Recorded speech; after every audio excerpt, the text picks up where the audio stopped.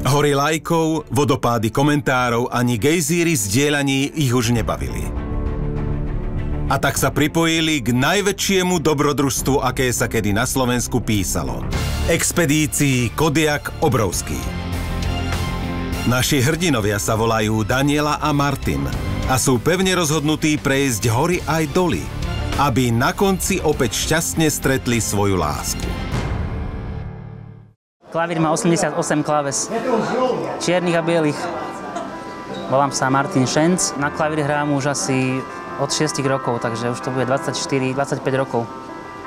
A do toho aj píšem scenáre alebo poviedky, robíme v rozhlase dramaturga jedného rádia. No neviem presne do čoho konkrétne ideme na tejto ceste, ale cítim také nejaké vzrušenie. Dobrodružstvo pre mňa znamená ísť z nejakého svojho pohodlia a skúsiť niečo také neznáme, nepoznané a zažiť pritom adrenalín. Bojím sa výšok, mám taký rešpekt voči tomu a nemám rada aj hmyz. Všetkého možného druhu, od chrobákov cez všelijaké dažďovky, kadečo. Takisto som zvedavý, že ako to zvládnem 9 dní vlastne bez Danielky.